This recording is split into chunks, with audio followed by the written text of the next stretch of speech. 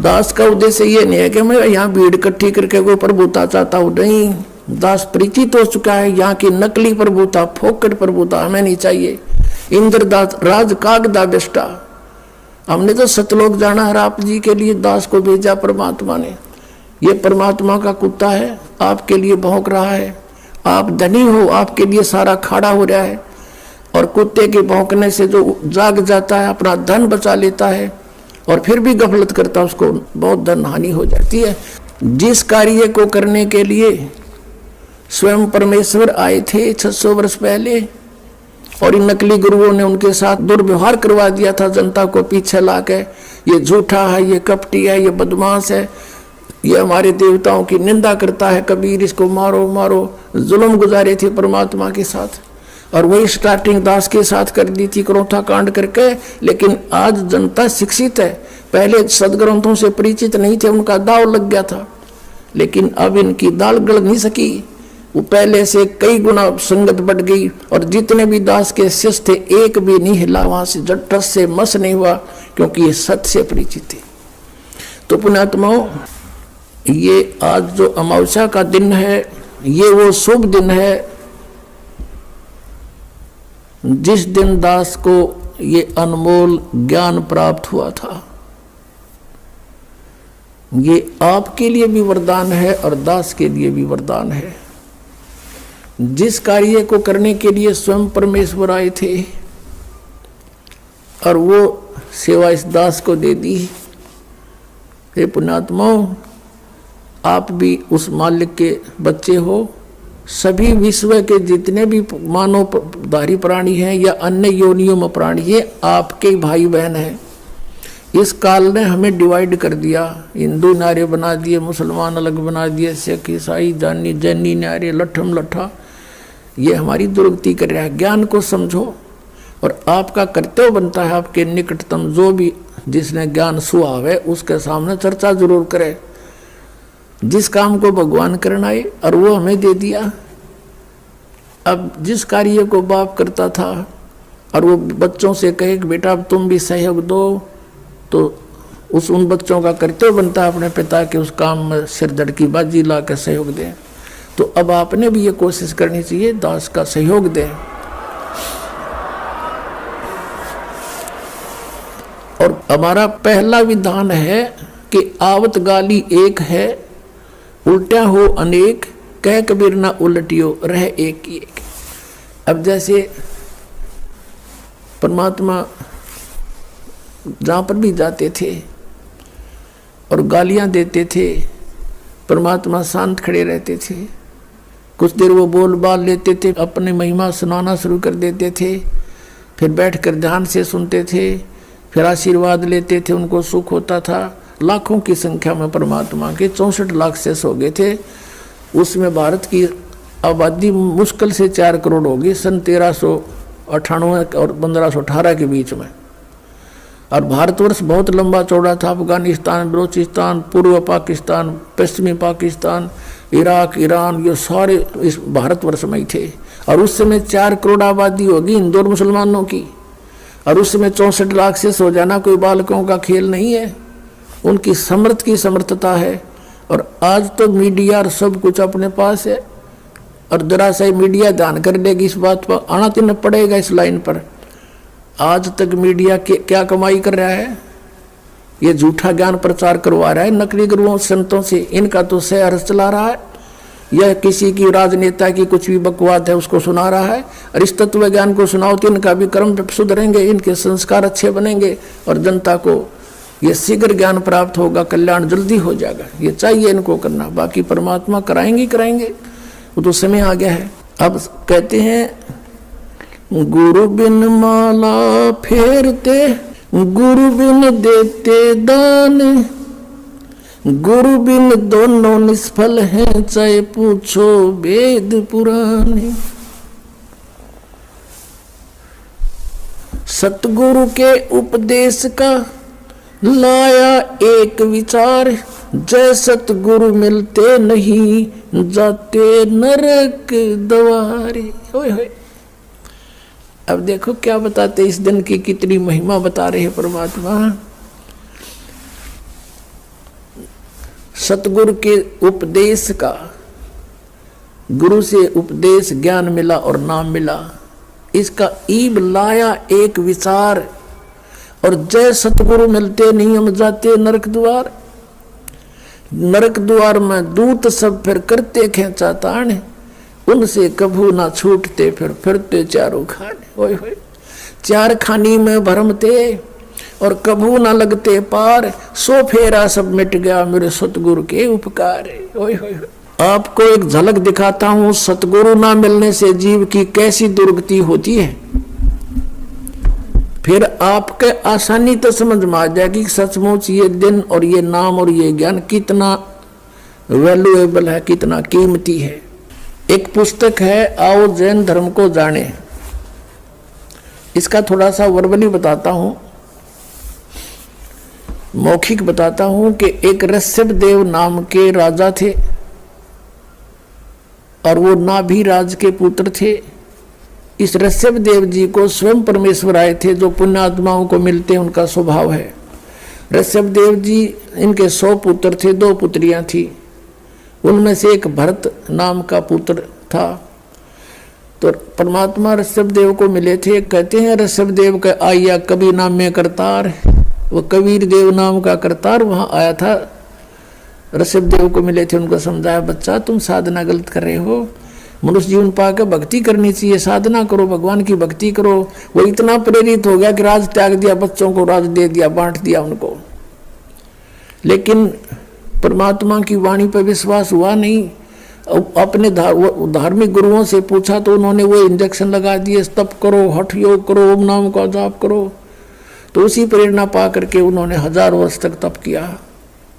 जब वो उठे, 1000 वर्ष का तप करके बैटरी चार्ज करके उठे, तो पहली दीक्षा धर्मदेशना के उसने धर्मदेशना शुरू की, नाम उपदेश देना शुरू किया। तो पहला उपदेश अपने पोते मारीची को दिया, जो उसके पुत्र भरत का पुत्र था।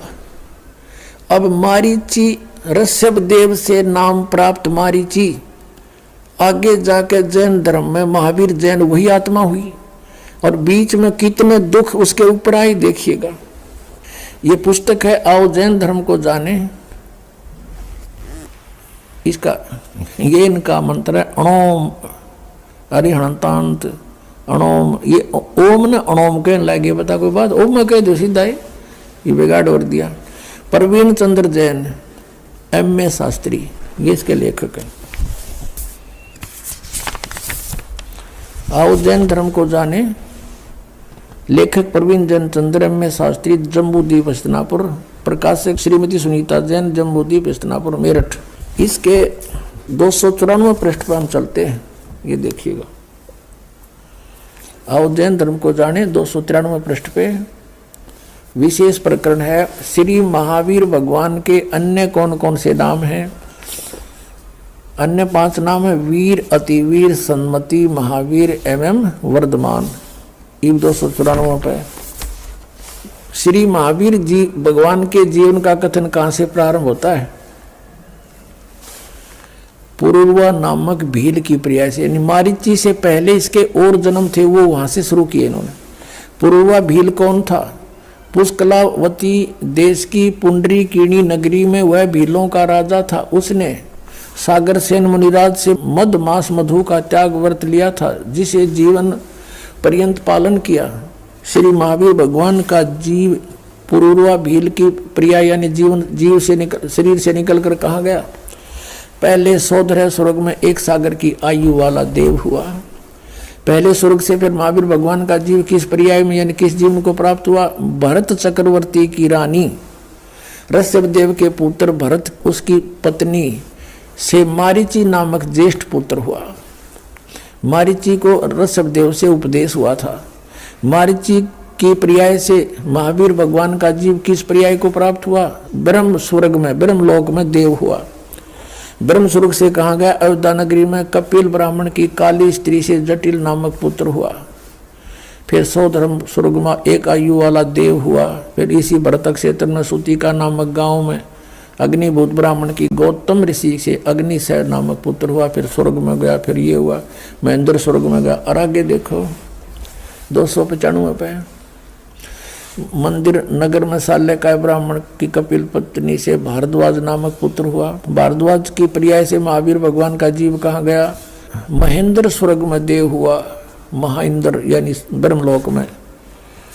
और महेंद्र स्वर्ग से महावीर भगवान का जीव कहाँ गया? वो मारीची वाला जीव ही महावीर भगवान बना, इसलिए उसी को महत्व दे रहे हैं। इतर निगोद में एक सागर की आयु वाला निगोदिया जीव हुआ। निगोद से निकलकर श्री महावीर जीव भगवान का जीव कहाँ गया? अनेक को भाव धारण किए जो इस प्रकार हैं। 1000 आख के वर्ष के भाव, 80,000 सीप के भाव, 20,000 नीम वृक्ष के भाव, 90,000 बार केली यानी केले के वृक्ष, 3,000 बार चंदन के वृक्ष, 5 करोड़ बार कनेर वृक्ष के वृक्ष, 60,000 बार वैश्या के शरीर, वैश्या के जीवन, और 5 करोड़ बार शिकारी देख काल 9 कर्म फुड़वावे है, और 20 करोड़ बार हाथी, 60 करोड़ बार गधा। ओ तेरे की हे भगवान है, 60 करोड़ बार गधे के जीवन, 30 करोड़ बार कुत्ते के। ये तो एक एक बतेरा गणित जरूरत को ना है। 60 करोड़ बार नपुंसक के भाव, 20 करोड़ बार स्त्री के भाव, 90 लाख बार धोबी के भाव, 8 करोड़ बार घोड़े के भाव, 20 करोड़ बार बिल्ली के भाव, वो तरह की 60 लाख बार गर्भपात से मरण, और केवल 80 लाख बार देव प्रियाओं को प्राप्त हुआ। 40 देवता पढ़ने जब गधा बन के खड़ा हो गया, बाढ़ में जाओ यो 60 करोड़ बार गधा, और कुल 80 लाख बार देवता हुआ। आगे क्या हुआ? फिर कहाँ गया? राजगृह नगर में स्थान ब्राह्मण कही हुआ, फिर ये हुआ, फिर ये हुआ, फिर महास्वर्ग में गया, फिर त्रिशपुट नामक नारायण हुआ, त्रिशपुट नारायण से फिर कहाँ गया? फिर 7वें नरक में गया। यह कसर हो रही थी नरक में, 7वें नरक में गया। नरक से फिर महावीर भगवान का जीव कहाँ गया?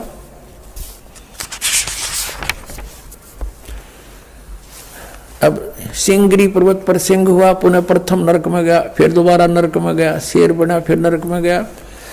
फिर अब हम यहाँ आते हैं आगे जाकर, यही जीव के बना मारीची वाला। यहाँ से देखो, जम्बूद्वीप के छतरपुर नगर में नंदीवर्धन राजा की वीरमती रानी से नंद नामक पुत्र हुआ। नंद का जीव आगे किस पर्याय में गया? पुष्पोत्तर विमान में देव हुआ। तदनंतर 24 में तीर्थ कर श्री महावीर भगवान हुआ। अब देखियो, अब यो महावीर भगवान हुआ, इसी ब्रह्म में टिक रुआ के ये महावीर जैन हुआ, फिर महावीर जैन, और महावीर भगवान ने, महावीर जैन ने के साधनाएं चली। श्री महावीर भगवान के जीव ने कितने पाखंड मत चलाए? 363 पाखंड मत चलाए। पुण्यात्माओं, इस दास के इस महापरोपकार के प्रयत्न को आलोचना ना समझियो, यह आपकी सबसे बड़ी भूल रहेगी। दास ये बताना चाहता है कि ऐसे महापुरुष ऋषभदेव जो कि जैन धर्म के प्रथम तीर्थकर माने जाते हैं, प्रवर्तक माने जाते हैं, उनसे दीक्षा प्राप्त करके मारीची की कितनी दुर्गति हुई। वो तो वेदोनुसार साधना थी। और अब महावीर जैन ने जो के रूप में वही मारीची का जन्म हुआ, तो उसने स्वयंभू आप पे कोई गुरु नहीं बनाया और अपने आप हठ योग किया, और उसके आधार से अपने आप उसने 363 पाखंड मत चला दिए, यानी वेदों के विपरीत साधना, पाखंड साधना चला दी। और वर्तमान के जैनी सारे के सारे महावीर जैन के ही नियमों का पालन कर रहे हैं। दास का उद्देश्य यह कहने का कि जब ऋषभदेव जी से प्राप्त दीक्षा लेकर के वेदों अनुसार साधना करने वाले की यह दुर्गति हुई, तो इस महावीर जैन के बताए मार्ग पर चलने से तो सीधा नरक है, कि तो स्वर्ग में भी नहीं जा सकते। अब ये तो बता दिया आपको कि ये दुर्गति होगी आपकी।